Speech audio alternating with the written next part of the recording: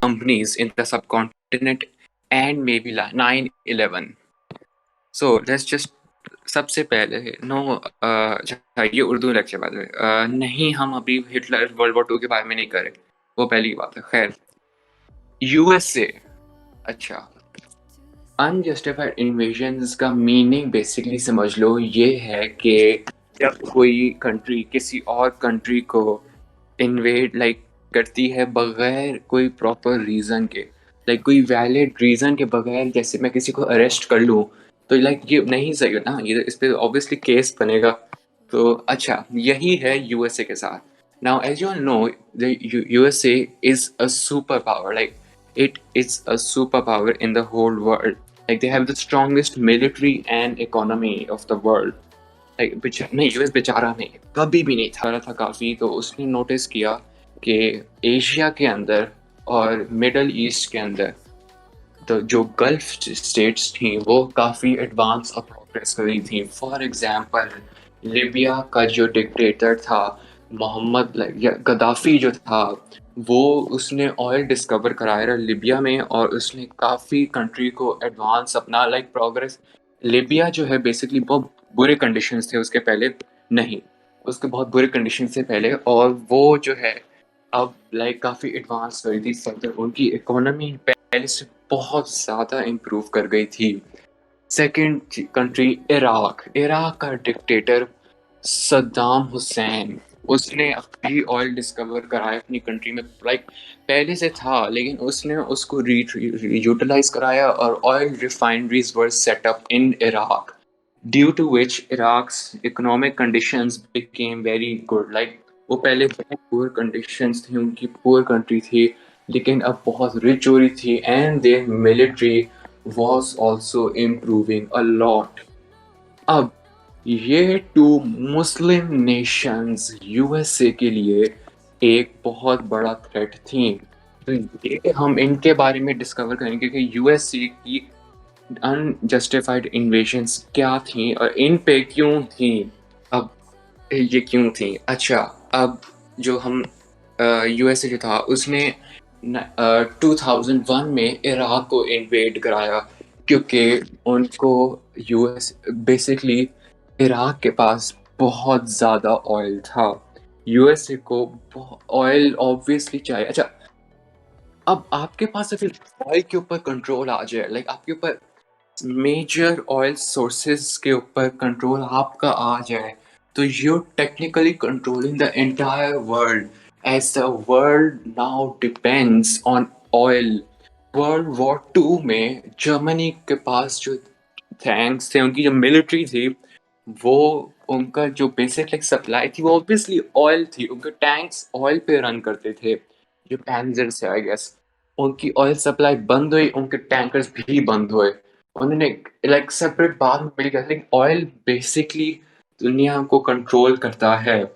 अब अब वो कंट्रोल करता है, अब यूएसए को, अब इराक जो था सॉरी उस वो एक मेजर ऑयल प्रोड्यूसिंग कंट्री था उस वक्त टाइम दुनिया में, और यूएसए का अगर इस पे कब्जा आ जाता तो ये यूएसए के लिए बहुत बेनिफिशियल चीज़ होती। अब इराक को अगर यूएसए इन्वेड करता तो वो उसका ऑयल एक्सट्रैक्ट कर लेता, और उसका मिनरल्स जो इराक के मिनरल्स थे वहाँ काफ़ी थे नेचुरल रिसोर्सेज, वो भी एक्सट्रैक्ट करवा लेते यूएसए, और इराक नेबर बन जाता है ईरान, पाकिस्तान और मिडल ईस्ट की major other oil producing countries, for example UAE and Saudi Arabia. अब 2001 में यूएसए ने क्लेम किया, यूएसए ने एक स्टेटमेंट दी कि इराक के पास Iraq possesses weapons of mass destruction and are planning to use them against the USA and Saudi Arabia. Basically USA ने एक फेक और फॉल्स स्टेटमेंट की, उन्होंने फेक चीज क्लेम की, बेसिकली इराक के अगेंस्ट उन्होंने फजूल बात बोली, जिसकी वजह से अब यूएसए ऑब्वियसली सुपर पावर था और है उस टाइम का, तो दुनिया ने यूएसए को बिलीव करता था। no one can stand up to the USA, and no one could do it before either, because they will just get silenced if they do so. So USA ने ये claim किया, कोई इसके बारे में कुछ नहीं कह सकता था. इट्स लाइक इसको no one could oppose this idea, this statement basically. और यूएसए ने यही रीजन यूज किया इराक को इन्वेड करने के लिए. 2001 में इराक की इन्वेजन हुई, और 2000 लाइक टू अगले साल तक लाइक बेसिकली उसके बाद इराक कंप्लीटली कॉन्कर हो चुका था यूएसए के यूएसए के पास. यूएसए ने सक्सेसफुली पूरी कंट्री को कॉन्कर कर लिया था. इराक बड़ी कंट्री है, लाइक इतनी बड़ी नहीं फिर भी है कंट्री. अब यूएस जब यूएसए ने कॉन्कर कर लिया, तो अब उनका एक मेजर प्रॉब्लम था मुस्लिम्स. मुस्लिम से यूएसए को पहले ही बहुत नफरत थी. उन्होंने अच्छा, अब एक बात याद रखो तुम लोग, 2001 में 9/11 टेररिस्ट अटैक्स हुए, जो कि मुस्लिम्स ने अपेरेंटली कंडक्ट किए, जिसको यूएस से जिसको लाइक कहते हैं कि शायद यूएस ने किए हों खुद से, लेकिन खैर. तो ये इसके बिहाइंड बेसिकली मुस्लिम्स थे. तो यूएसए ने ये भी एक तरह से एक्सक्यूज यूज की इराक को इन्वेड करने के लिए. अब उन्होंने इराक को जब यूएसए ने इराक को इन्वेड किया, तो उन्होंने बाद में उसके बाद स्टेट क्लेम किया कि Iraq had no weapons of mass destruction, like they had no weapons whatsoever. अब ये क्लेम करने के बाद लाइक बंदा कहेगा कि भाई अब तो यूएस अपनी आर्मी हटा देगा इराक से, क्योंकि उनको पता चल गया कि इराक एक सेफ कंट्री है. बट नो, इराक यूएस ने अपनी आर्मी ऑब्वियसली वहां रखी और एक पपेट गवर्नमेंट इस्टेब्लिश कराई इराक के अंदर. पपेट गवर्नमेंट क्या होता है और वो किस इस टॉपिक के अकॉर्डिंग कैसे होती है बेसिकली. लाइक जैसे इराक जो यूएसए था उसने खुद से गवर्नमेंट रखवाई, सेट कराई इराक के अंदर. जहाँ का जो इराक का लीडर था या प्राइम मिनिस्टर जो था, प्रेसिडेंट, वो यूएसए के अंडर आता था. यूएस की बात सुननी थी उसने. अब यही ऑब्वियसली हुआ, और जो इराक था उसका जो प्रेसिडेंट था या जो भी लीडर था उसका, वो यूएसए को ऑयल सेल कर रहा था बहुत लो प्राइस में, क्योंकि इराक के पास बहुत ज़्यादा ऑयल था. और यूएसए ने उसको इन्वेड ही मेनली इसी वजह से किया था, ताकि उसका ऑयल उससे ले सके. तो इराक का जो प्रेसिडेंट जो लीडर था, उसने यूएसए को ऑयल बहुत सस्ता बेचा. एक बैरल आई बिलीव $1 या $2 के करीब था उस वक्त के टाइम. इतना इतनी कम प्राइस में सेल किया यूएसए को. ये बहुत बेनिफिशियल था यूएसए के लिए.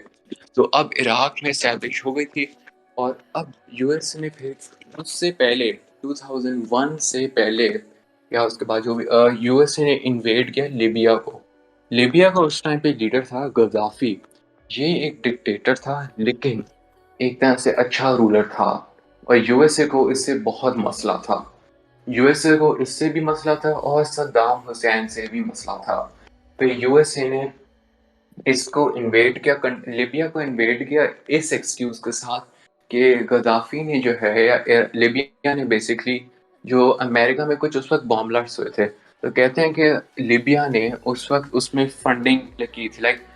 ये लिबिया का भी उसमें हाथ था, लिबिया ने सपोर्ट किया था उस चीज़ बॉम्बिंग को. तो इसलिए यूएसए ने अपने फाइटर जेट्स भेजे और लिबिया को बॉम्ब करना शुरू किया.